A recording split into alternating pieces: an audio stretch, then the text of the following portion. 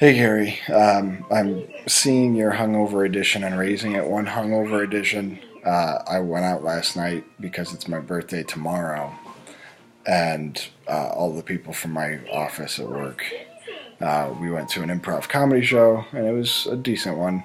And then we went to a bar, and it was a decent one for the quantity of drinking going on.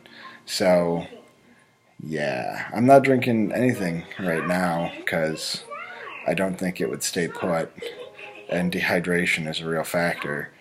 Um, which, reasons. I don't know.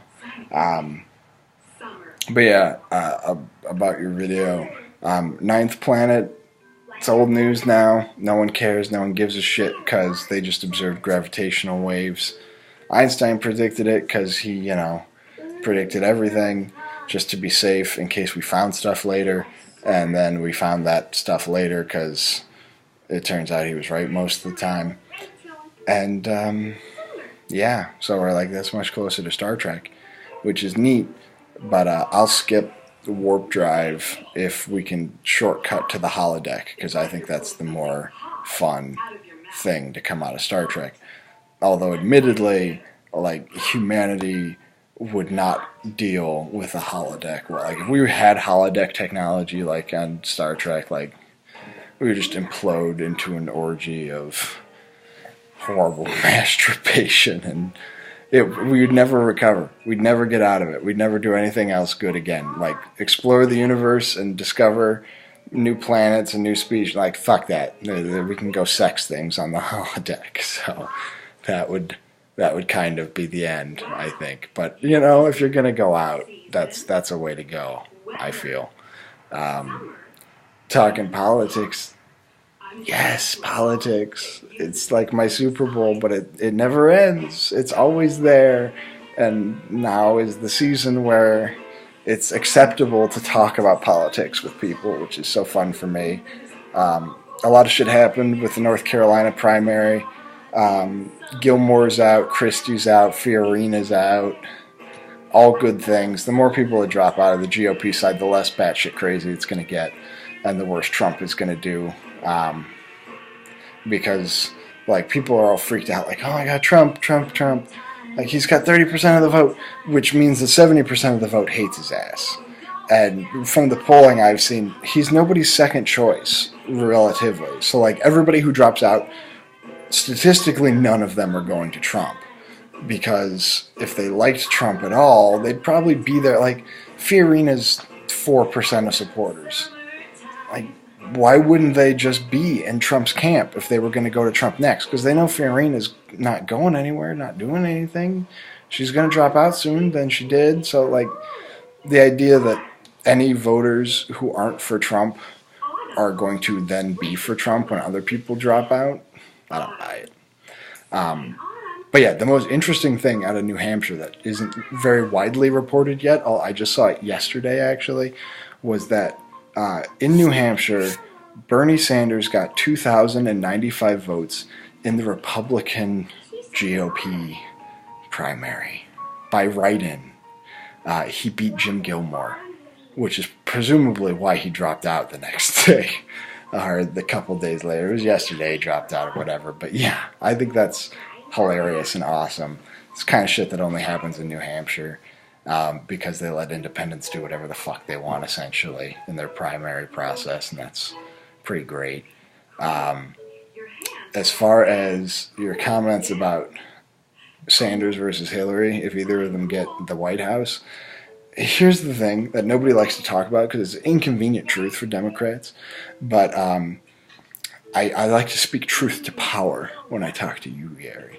And that is that it doesn't matter really so much whether or not whether Clinton gets into the White House or whether Sanders gets into the White House. Neither of them is doing shit. Because the House isn't going to change hands. And because the Senate, it might change hands, but it's not going to be enough to give Democrats control, which is basically the 60 vote thing that is stupid and makes the Senate fucking useless. But like in the like when Obama ran in 2012, Democrats won the popular vote of the House and lost seats in the House. to the GOP because gerrymandering and other bullshit reasons. So whichever Democrat president gets in, they're going to be a veto president for 2 to 4 years, pretty much no matter what. They can do some executive actions that'll be challenged in the courts, but they're not actually going to get anything done. Neither of them are. I know people who think Hillary Clinton killed people in the 90s. Oh, yeah, hi. So the idea that like Hillary's going to get more done, that's bullshit too. And nobody wants to admit it, because if you admit Hillary won't get anything done, then that means you have to also acknowledge that actually Sanders isn't going to get anything done either. The difference, though, is that Sanders is promoting and presenting himself as running a completely different presidency from every other presidency. He's talking about political revolution. Yeah. In a way that is basically running a protest presidency, using the people, using protests to do everything, marshaling public interest.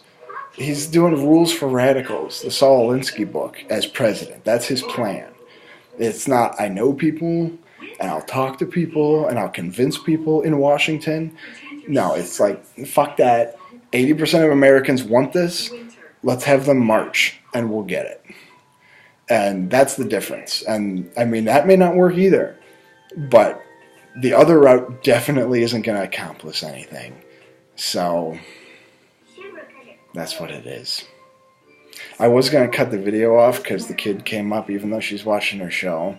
In the background, she wants me to watch and dance with her while she watches and dances with it. I've stopped making this video like 9 times because every couple of minutes she comes over and is like, oh, there's a song on. So, screw it. We're just going to finish the video. Screw it! Yeah! So, that's it. Yeah.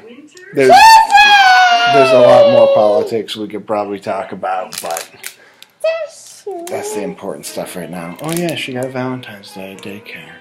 You want a sucker? No. That's a sucker. The joys of parenthood when you're hungover and it's 9 a.m. Yeah, it's a sucker. Yeah. I'm going to go to the bank, cash a check, and I'm going to go buy a bike today.